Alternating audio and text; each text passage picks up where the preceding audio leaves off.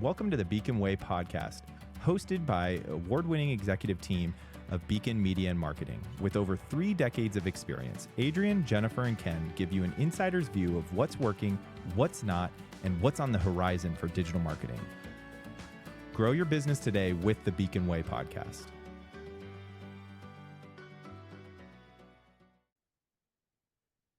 All right, everyone, and welcome to the Beacon Way podcast executive series. I have Christina Zampitella here, and I am so excited. And I don't know if you're as excited as I am, Christina, and I know you're probably pretty excited too. But just to context for Christina, for anyone that's listening, is that Christina and Beacon go way back, several years now. I mean, I probably close to 4, I'd guess. I'm not sure. Yeah. 3.5, 4 4 to years. 5. Mm-hmm. 4 to 5. Okay, so it's been a good time. And I still remember our first sales call where I was talking to you and you're like, this better work. If it doesn't, like, I'm going to come find you. And it ended up being one of the coolest journeys, both for us and you. But I remember in the beginning of that sales call, and being a salesperson that talks to business owners all the time, you just know when the right ones have the right mindset, right? And so something that's always been important to me is that you have to do the most good, your business has to do well. And in the space like Beacon, partnering with so many mental health and behavioral health facilities, there's so many people that want to help a whole bunch of people. But when we start talking the nitty-gritty of the business, they're like, oh yeah, I don't want to focus on all that. I just want to focus on helping people. And don't get me wrong, I think it's great to help people, but I have to constantly have the conversation. Your business has to thrive at the best as it can to help the most amount of people. And I want to have that conversation. And so it's always difficult. And when we were in those sales calls going through it, like you wanted to help the most amount of people, but you also understood like, okay, this has to work financially. And when it does, I can help more people. And so that's why I'm really glad that you're having on, and I'm excited to have you here. I'm excited to be here. I've got lots to say. Great. I remember that telephone call too. I remember where I was in my house. I remember pacing, because keep in mind, I believe this is in the middle of COVID around the 100%. time. So I was doing everything from home, which I do not enjoy doing everything from home. But I remember thinking to myself, I'm in the middle of COVID. I'm launching a new company. I'm reaching out to a marketing organization, which is not anything we're taught in graduate school, how to run a practice. So much less run and, individual practice, much less a group practice. And I'm going, I've been doing my own website, which has been a disaster. And I knew what SEO meant. I had literally, after that, no idea what the heck I was doing. So I remember pacing in the room and talking with you, and just, first of all, how at ease I was in talking with you, how you kind of were like, we're going to work within where you are right now. And we're not going to put you into like a 1-year contract, just give us a couple of months. Let's see how it goes. And whatever we need to do in order to make it work. And I was reassured in that way and felt like the investment, I had to see where it was going to go. I had to see it. If it was going to work, it had to work. And if it wasn't, it wasn't. And I had a complicated work situation in like where my organization was located and how it was going to have to launch into a new space. But had it not been for my work with Beacon that helped me deal with the financial side of a group practice that nobody teaches you about, like I do not have an MBA. I knew there's just this synergy that it provided me, this opportunity to go, wow, this investment, like I'm making more money. This is my 4th group practice that I've opened. I've never had one that's gone this successful this quickly. And being able to buy my own, go from, sharing space to buying my own space. I mean, this isn't just a group practice, right? This group practice has a lot of meaning and purpose behind it as well. So there is a passion behind it versus just kind of the other ones where I'm like, I want a group practice. This one is very much tied into my own personal life and my own personal narrative. So I couldn't have been God, how lucky I got just finding you guys. I think I just found you online. And I was like, okay, I'm going to give a call. And then I talked directly to you, and I felt like I had a relationship immediately. I didn't feel like I was floundering, and I felt like you guys followed through with every single thing you told me you were going to do. You followed through and then taught me along the way. Like, I learned stuff from you guys. I'm still learning, so it was exciting. I did a lot of pacing. It was anxiety provoking. Right. Well, and it's understanding, especially in business decisions, like the anxious feel and the excitement feel can kind of also have the same response in our body, right? And so disseminating what it is and then taking that leap and then being faithful to that decision is such an important part, right? Because it's not all sunshine and rainbows once you make a leap and really invest in your business like you did here.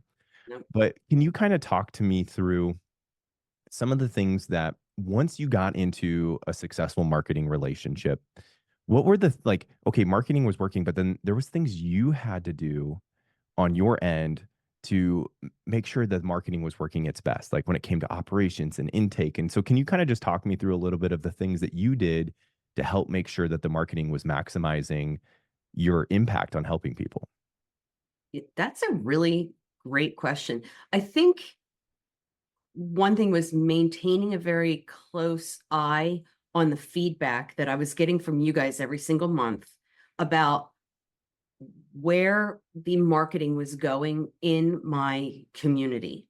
So I knew that my company, like, I had to know what my company approach was going to be and what my aim was, right? So what's my strategy?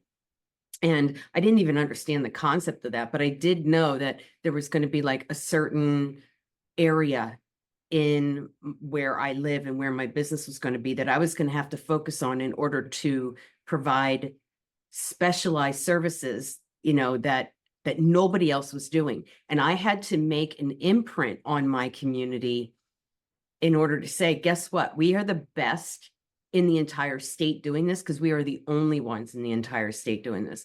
So I had to figure out, where am I going to place my efforts and give you guys that feedback. And then you guys would track the feedback, and you continue to track the feedback. And then I had to say, okay, yep, that's working, but that's not working. I'm not seeing an increase in, my clientele. I'm not getting, a lot of people like, clicking on my, I'm getting them on the, the main page, but they're not making their way all the way over to, sending me a request for services. And then once we began to go back and forth every month, and with the meetings, having immediate access to my office, or not my office, my account manager is priceless.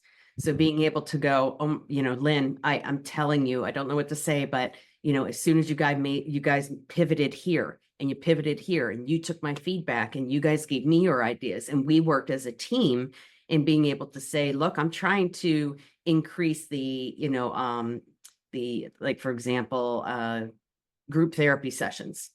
And I'm knowing that in my community, people weren't offering group therapy. So what are we going to do as a team in order to facilitate communicating that awareness of the need in the community and also the availability of those services in my company most effectively?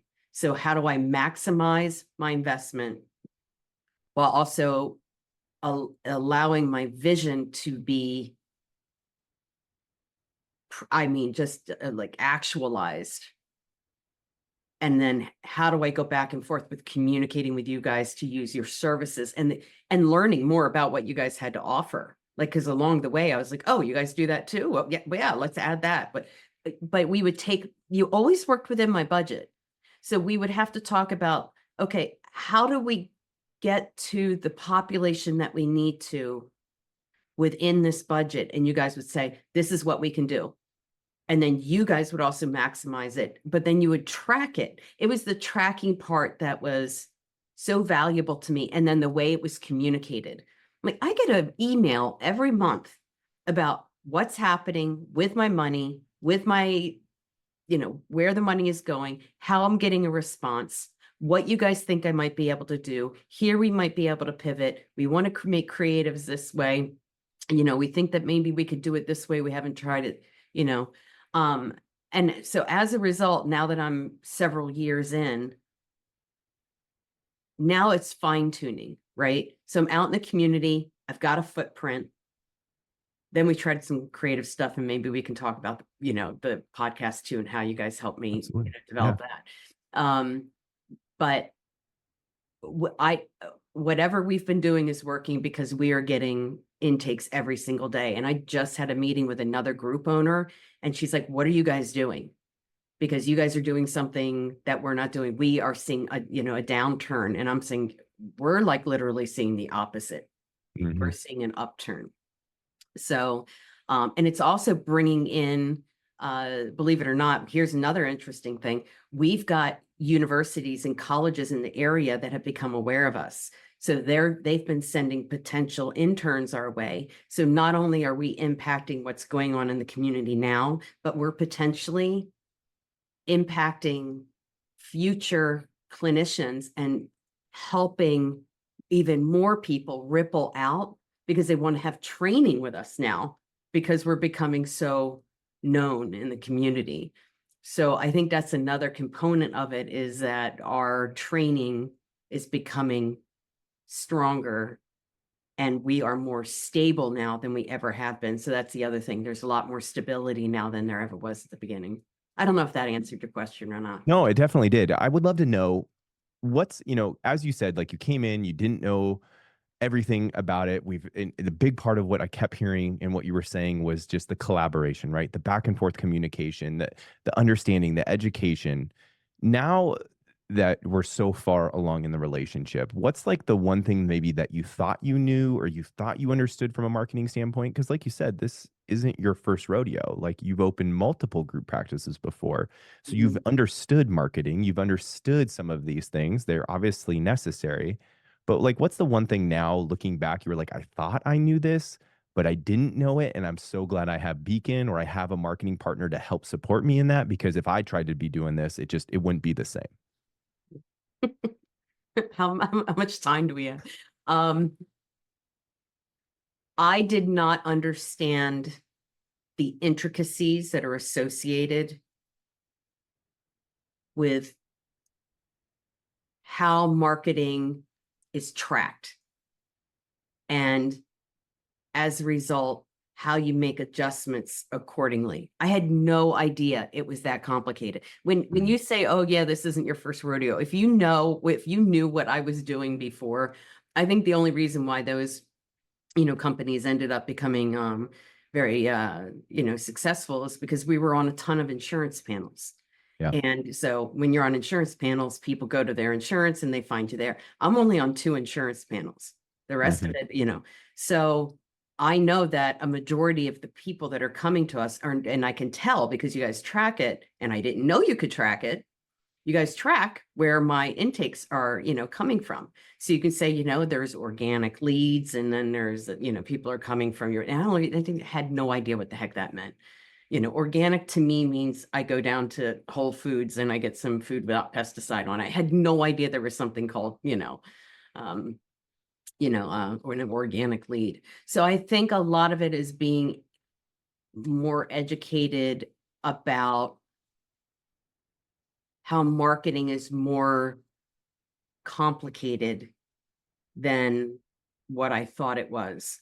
But I think it gets communicated to me from Beacon in a way that's digestible. Mhm.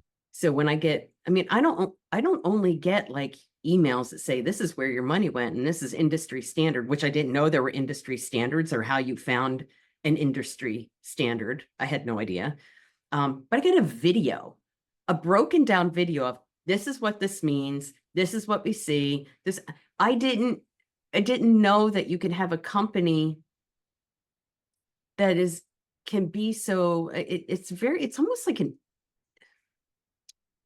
I, I feel like this is like kissing your ear end, but I mean it. Like, I did not know that you could have such a relationship with a company. It seems to care as much about your business as you care about your business from a different perspective. It's not like I don't feel like I'm just one of, 500 companies that you guys work with. I have always felt like it was a very personal relationship. I didn't know that that's how marketing worked. I Yeah. thought you guys make my website. I email you. I say that person no longer works there. Take them off. And you guys go like this. No, I end up getting in this ton of information. And then if I don't understand it, I reach out and you immediately explain it to me. And then I'm able to go, oh, that's what that is. So there becomes this like educational process that I never knew would ever happen when it comes to marketing. And then the breadth of things that you guys do, like the podcast. I had no idea that was even going to be something that was on the radar, so that was new. And then I didn't know that you guys would walk next to me in the way that you're going to get emotional, the way that you guys did when I was fighting cancer last year. I would get an email saying, how are you holding up? And I just didn't know that there'd be another company that cared, that's outside the field of mental health. Like it's not just my therapist asking me, it's not just my doctors asking me. I actually have a marketing company that cares enough about me and my company that they want to know how I'm doing. And it didn't feel financially motivated. So I don't know. There was just something, I just didn't know that you could have a marketing company, which seems so business oriented, to care so much. Yeah. I mean, we start this podcast with like, you have to do well to do good. But, we have a core principle in Beacon. And I think it comes out, in what you're saying there is that people over profit, right? It's a saying that I use often. And I believe when done the right way, profit can be a byproduct because when you put people in that way, if it's an employee or a partner, right, you're going to gain something, maybe not in direct financial immediately, but in many other ways, long-lasting relationship, problem-solving abilities, referrals, retention of employees. There's just so many things you gain as a company when you start to prioritize people over your profit, and profit can be a byproduct of you putting those people first. And I think Mhm. that I'm grateful to hear you say that because it means something we're doing is working. I think it's obvious in that way. I say the same things to like my office manager and my employees. The very thing is clients come first. And then for me as a business owner, my employees have to come first, as well as being aware that the clients have to come first at the same time. You juggle both of those things, right? Mhm. So I can see how that would be a strategy and a way of looking at your guys' organization, because I can see it works in mine as well, and it helps with employee retention. I mean, I'm little side note, I'm offering a retirement plan now to my employees. Nobody does that in group Mhm. practice, not in private group practice. A retirement plan. I cannot believe I've gotten to the point where I'm offering a retirement plan. I mean, that's kind of like a whole next step, So I think the way that you guys, the way that Beacon approaches taking care of me allows me to take care of my business, and my business then can take care of other people. And then those people ripple out into helping other people in their lives. Imagine that. Imagine how far that ripples. It, yeah. I've had other marketing companies come my way. Hey, do you want to change marketing? So I delete those emails as soon as they show up. I'm not even bothering. We could do it, I don't know, faster, cheaper, that it's not,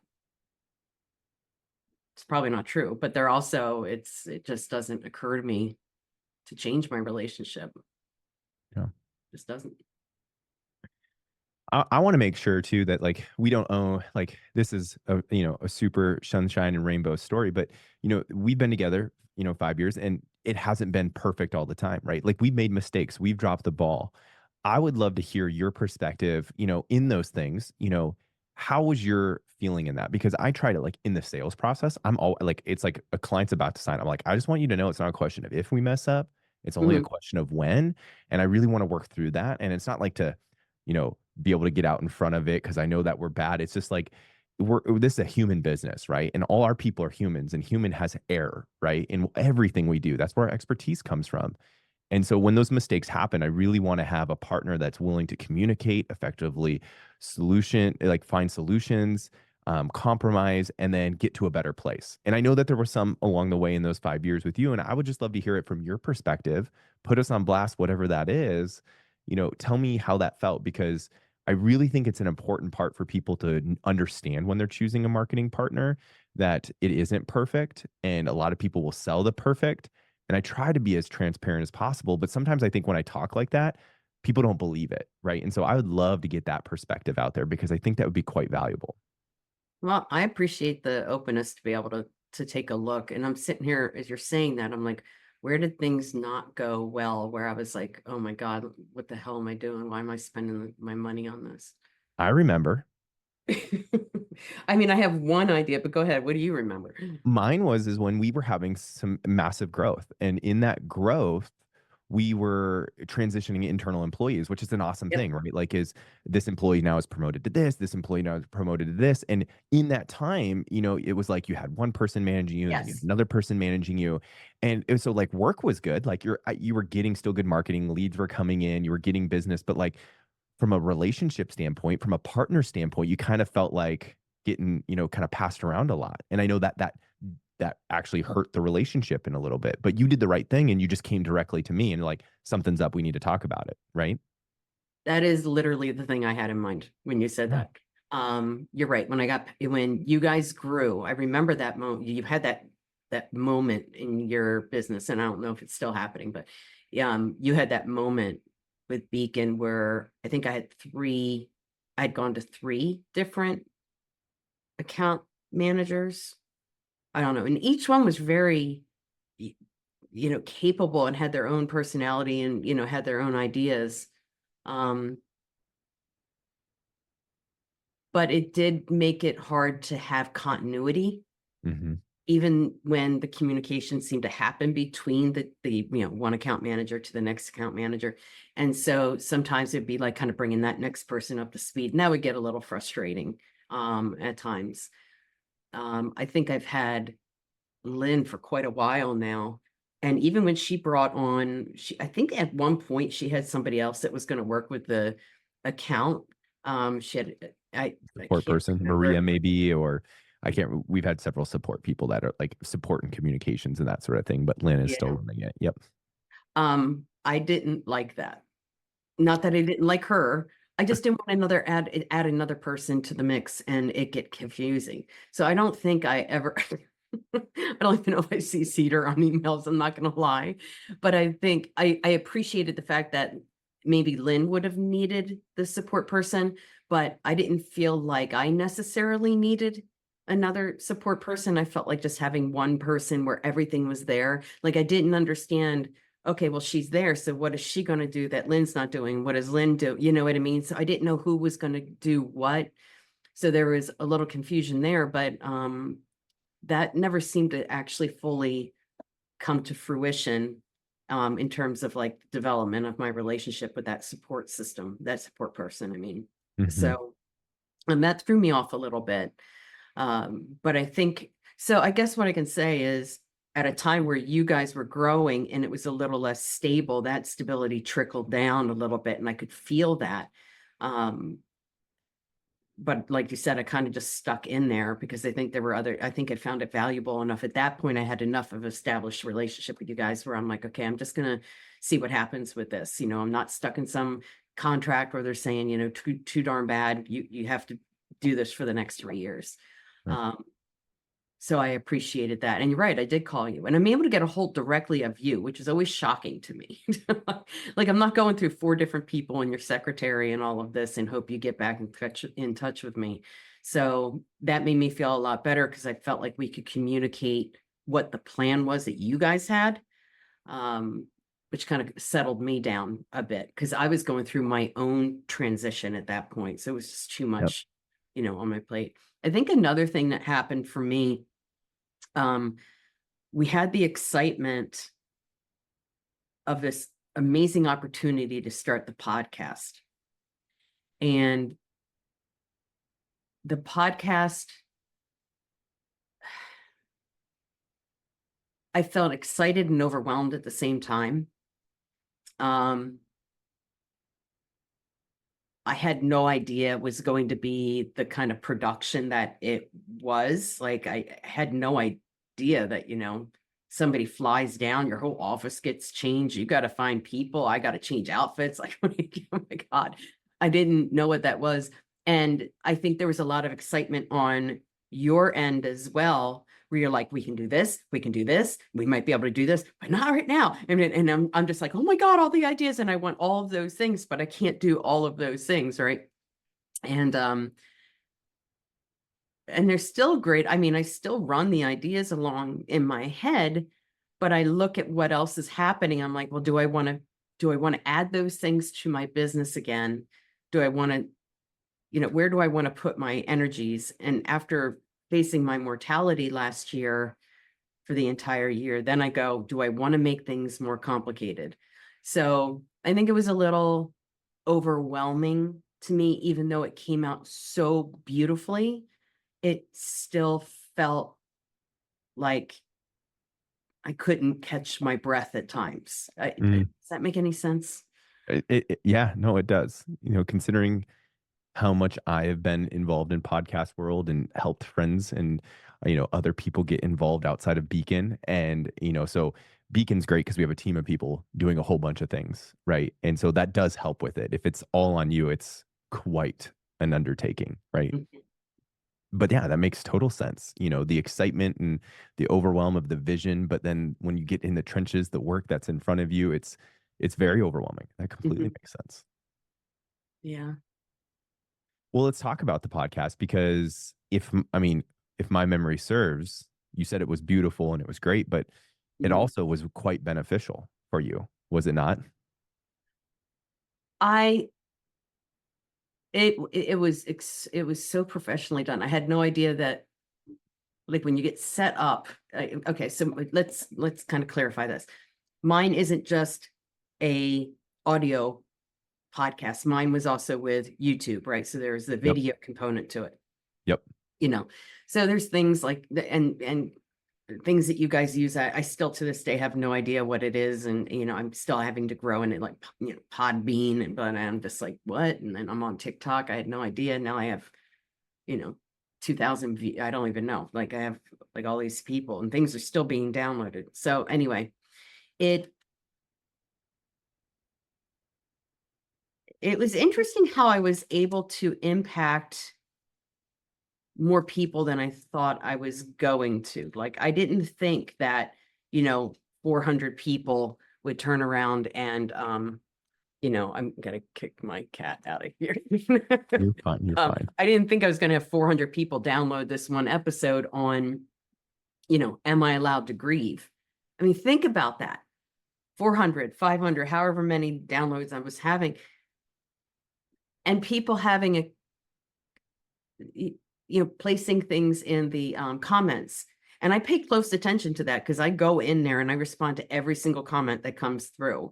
Right. Even if they don't agree with me, just Sure. kind of go through. So I knew that it was being kind of blasted out there.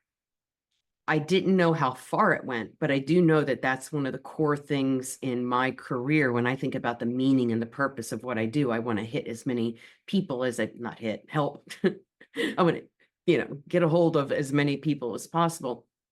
So, and I did get some people who reached out to want to for me to be their therapist, or, people who are asking for consultations. I think that at the beginning, I was more formal and Hmm. less relaxed. And then as time came by, I was like, wait a minute, this is my podcast. I can make this whatever I want. Like, That's right.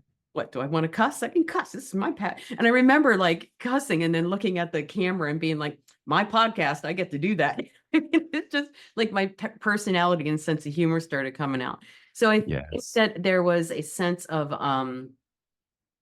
I don't know. It was like I felt God, I don't know how to say this without it's almost like I took this other leap in my career. It's like a whole other step in my career. So, being able to say to people, yeah, I have a podcast. Oh my God, what's your podcast?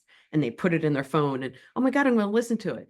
Um, One thing I will say is a little bit of a downside that I didn't think about was, I told my story, my Mm, personal story about how I got yep. there in the first 2 episodes, Mhm. and then realized every single one of my clients can listen to that. Yep.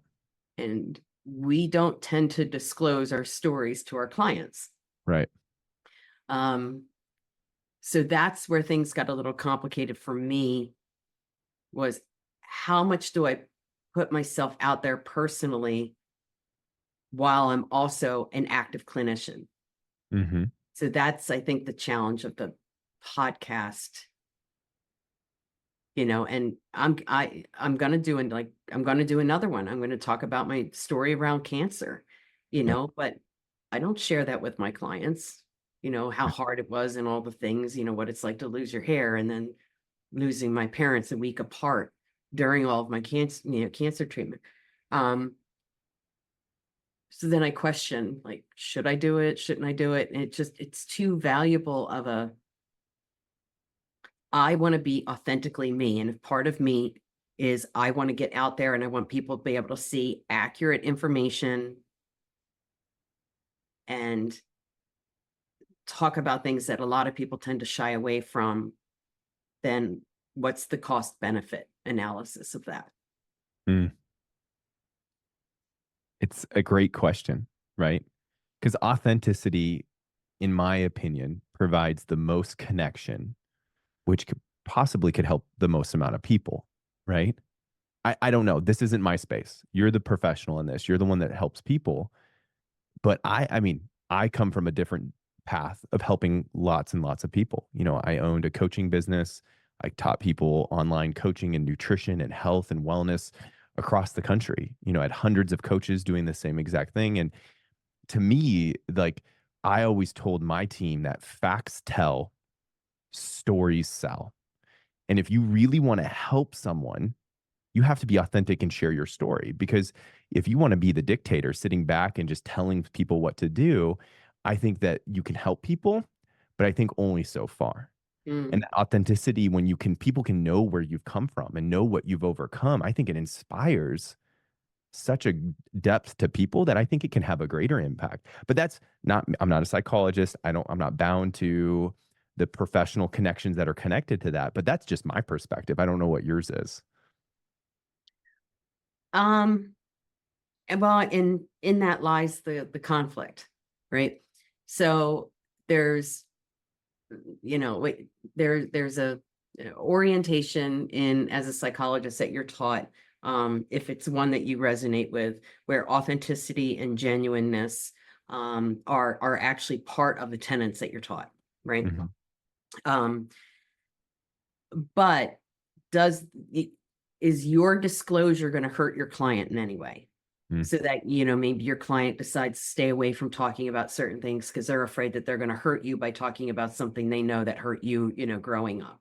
Mm. Or are they going to um, try to take care of you, which you got to really avoid your client Right. trying to take care of you? Right. Now, it's an intimate relationship, but not a reciprocal relationship in the, I'm not Sure. coming to you and talking to you about your problem, about my Absolutely. problems.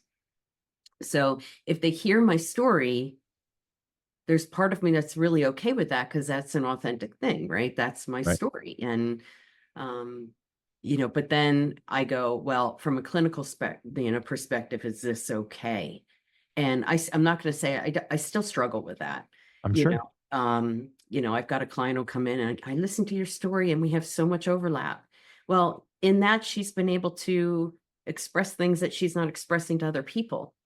But do Mhm. I have any clients who listen to that and were like, oh, I've got to stay away from the topic of, my parents, using drugs because, her parents used drugs when she was growing up. Sure. And, I can see that it was, even though it was meaningful, it was still hard for her, Right.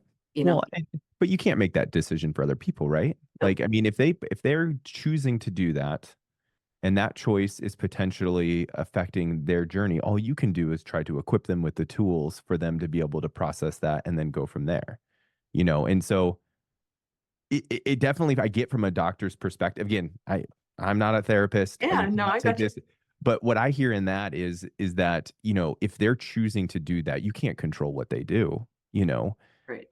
and so it's six of one, half dozen of the other. So you just explain two things. One, you're helping more because they can connect with it and they're sharing things that they hadn't before. And then now the other is choosing not to share. So maybe you're not helping them as much. I think we can't help all people. I think what we have to do is do our best to help the most amount of people the best way we know how. Yeah. And then can we multiply in that? Because if we try to help all people, we can't. We're going to, because if you want everyone to win, some people have to lose to win, right? Like, it's not a win-win game. And so I think just in my personal opinion is when you double down into the area that is your most authentic self is when you can have the biggest impact, right? Because when you're trying to hold back, I think you're actually affecting the people you could help more. That's my perspective on it. Again, I can say that because I'm not a therapist and I'm not bound to, those same things you are, but that's just my perspective. No, and I can appreciate that. And I understand where you're coming from. And one of the things that is really You're one fine. of the things that's really a feedback that I get when I present, because I'm a professional speaker. Yep. And one of the things that I get often is one of the things I loved about her was how authentic she was. So I value being authentic. I want to be approachable. And I think that my clients feel that I'm authentic as well. I don't have an issue with self-disclosure as long as it's done at the right time for the right reason, right? You got to be careful.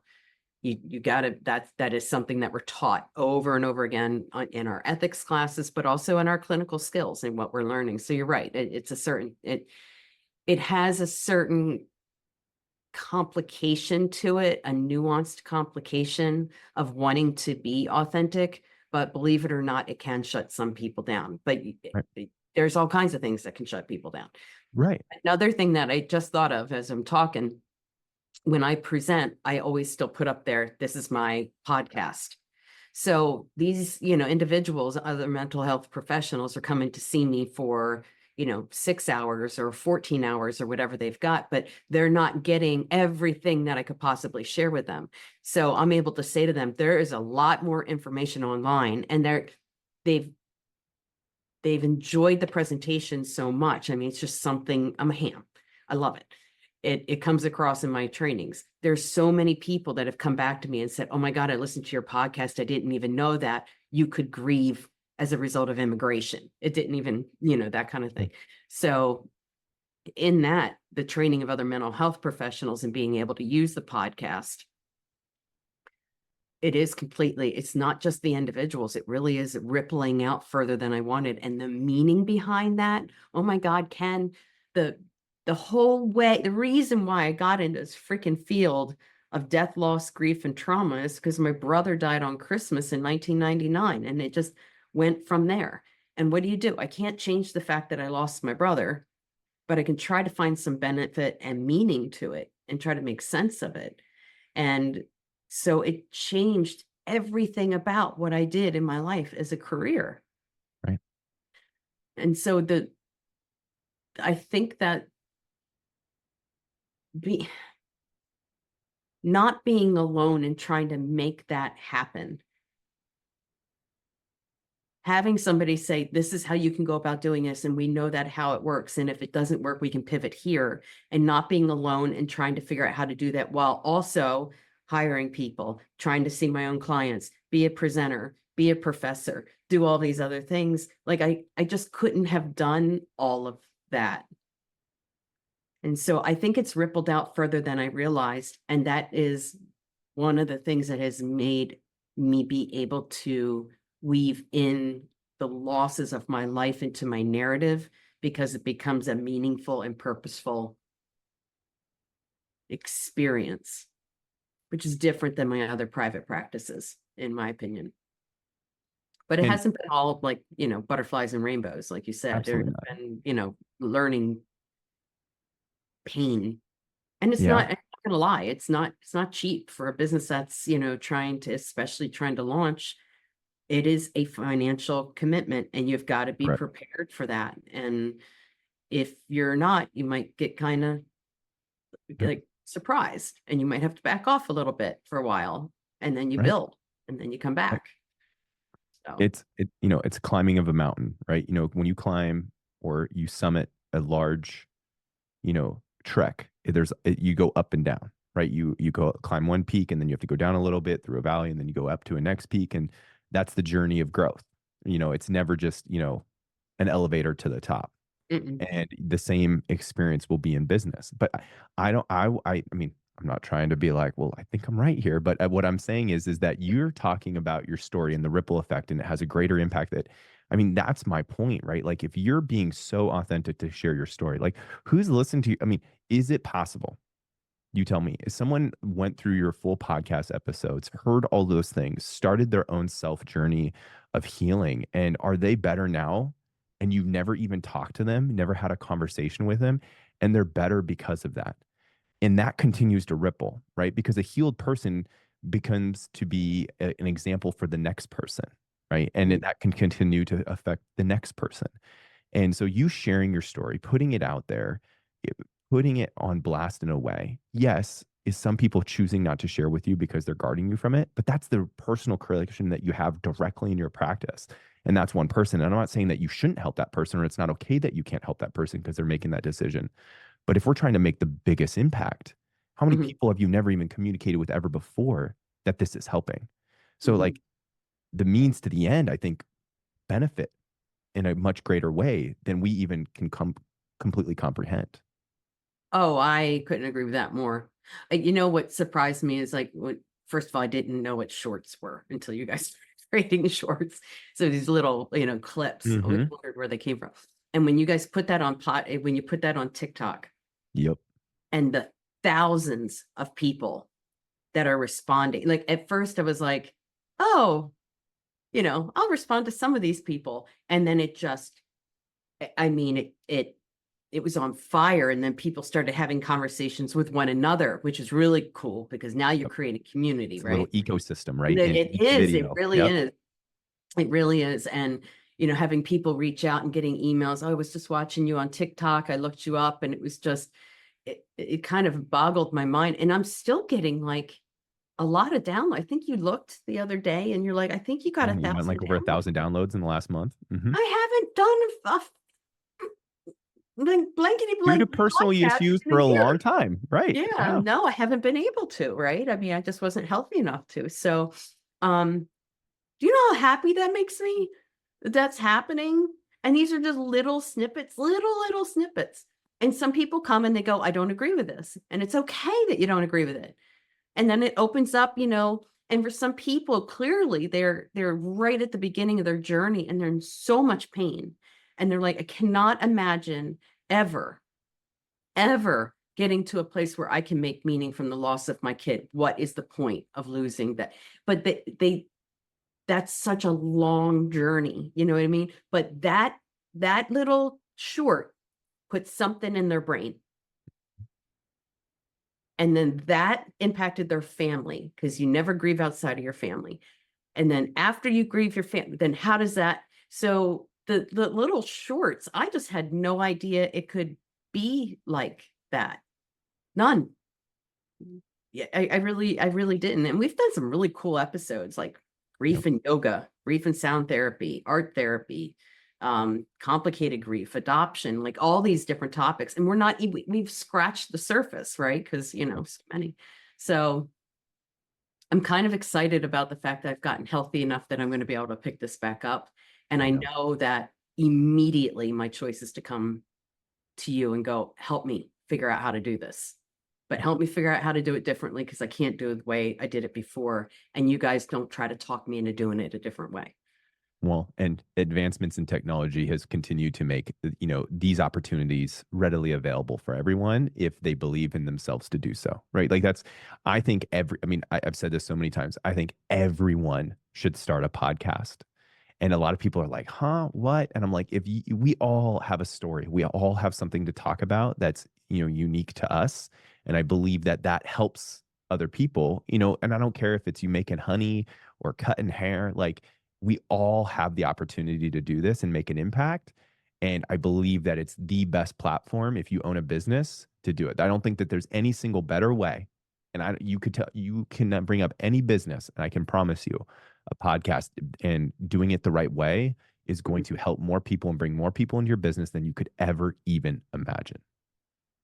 Well, I'm excited to see how it's going to go when I pick it back up. And that, by the way, some random stuff, cut hair or make honey. I'm going to remember that. I'm going to I'm steal. telling you, I don't. It could be making And jam. It could be yeah, making earrings. You could be, a surveyor for home inspections. Like, I don't care. I have I no idea. promise you, there's a place for a podcast in that space, and your unique perspective is valuable. Mhm. And I want the world to start to believe that, because I think that's how we can start to bring the most meaningful conversations to light that can make the biggest impact. Yeah. I hear the, here's the psychologist in me. I'm hearing a theme that you keep bringing up. Sorry. But really, this whole, how do I make the biggest impact? Like that really seems to be a value. It's not an idea, it's a value that you're communicating right now. And when you say that, I didn't realize, like, I know I want to make a big impact in the world, but I'm starting to really weave this into, wow, that's been so important to me. And I didn't realize how much value of that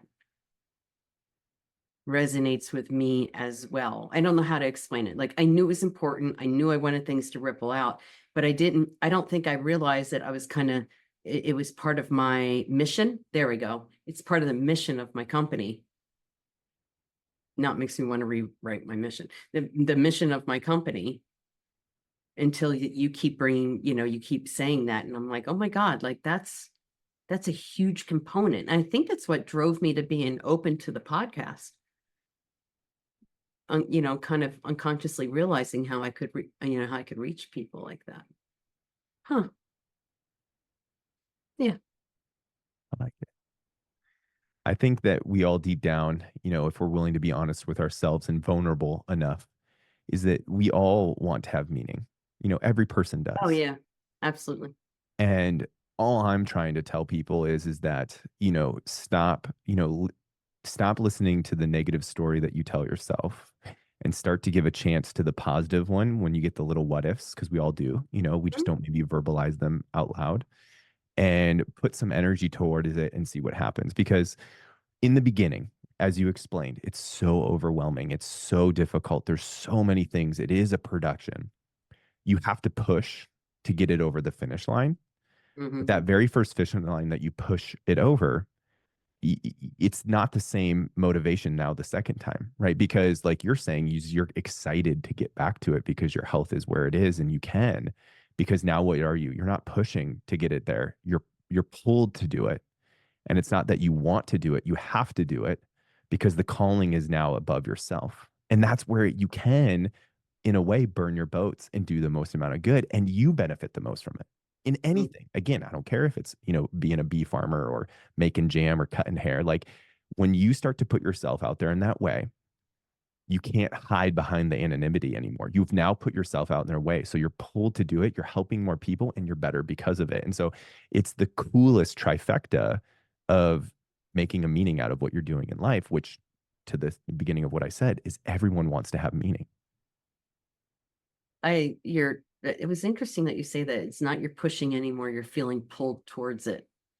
That takes a lot of courage though, Mm-hmm.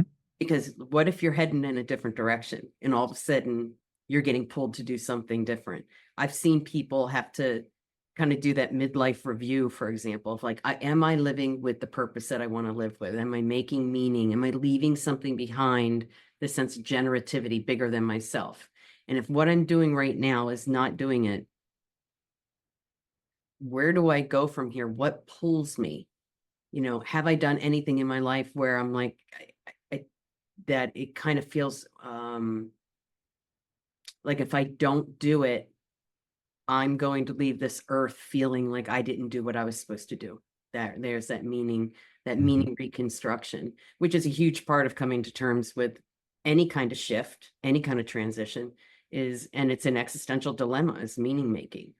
So when you start, we're not born with meaning. We have to discover what our meaning is, even if that brings in spirituality, religious belief. I don't care. I care, but I mean, that's not what I mean. What I mean is you still have to discover it and uncover it.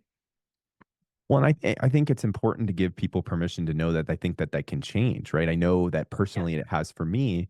I just know that your life is a whole bunch of dots and you got to learn how to connect them sometimes, right? And if you look and you dig deep enough in yourself, even if it might seem completely separate from the other, because you do have to have that reevaluation in midlife, maybe if you look back through and you connect the dots, the next dot can benefit from all the things in the past. You just have to be able to be thoughtful enough and self-aware enough to look back and take a second before you go. I think if you go aimlessly, maybe you won't be able to draw that same conclusion. But I believe that it's important to continue to rediscover yourself and maybe adapt or change. And I think you might make a bigger impact than you even maybe imagined originally if you didn't look at it that way otherwise.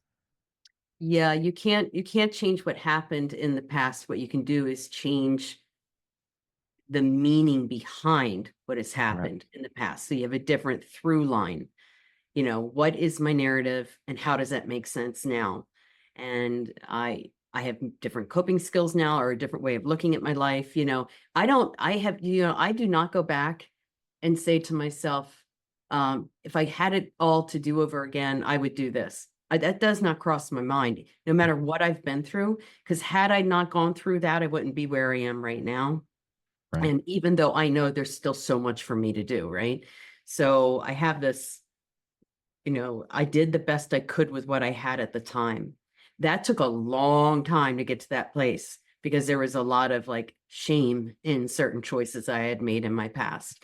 So being able to say that, and then that bringing that into my career, and then that informing the decisions about what I'm going to do in my career, which then impacts how I'm going to approach doing my business. I mean, it's all related. So there's your dots that you're just talking about, right? Exactly. But I don't look back and say, um, I wish that never would have happened. It's sad that it happened, maybe. It's good that it happened, whatever, however I want to, describe it. But it did happen, Mhm. and I do think that that impacts exactly the decisions that you're going to make, either professionally or personally.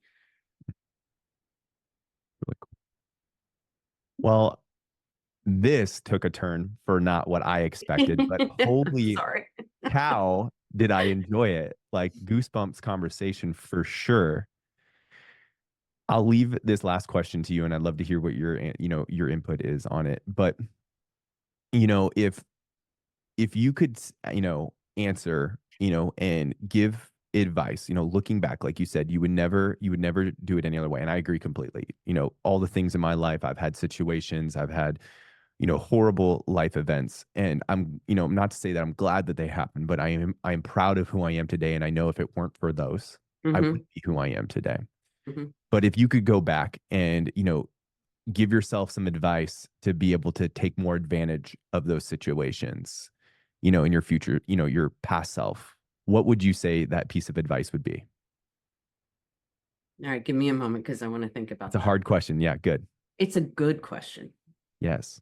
Um,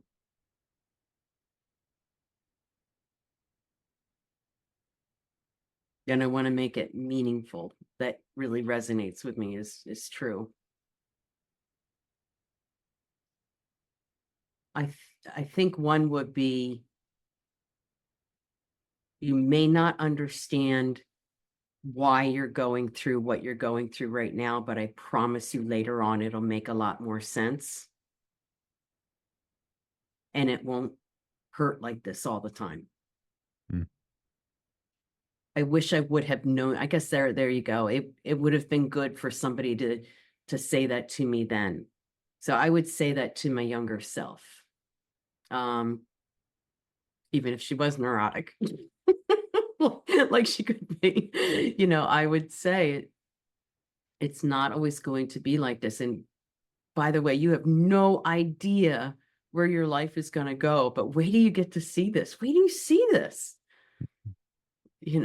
good and bad. So don't get so attached to how you're feeling right now. Be prepared to know that this too shall pass, good and bad. This too shall pass.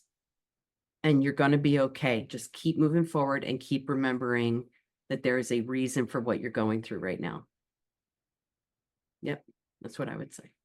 You gave me goosebumps because when you said, that it's going to be okay, just wait.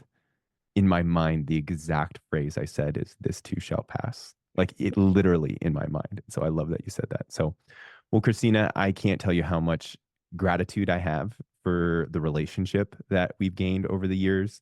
And I'm so grateful that you are such an amazing client of ours. And I look forward to continued impact, as we say, in the journey that you're on as we're able to partner together. And I'm grateful for you. Oh, so likewise. I'm not going to try to beat how eloquently that is stated, but I feel very much the same way. Awesome. Thank you. Yes, of course. You have been listening to the Beacon Way podcast. Make sure to join us for new episodes every week. Don't forget to like, share, and subscribe to the Beacon Way on Apple Podcasts, Spotify, or wherever you listen to podcasts.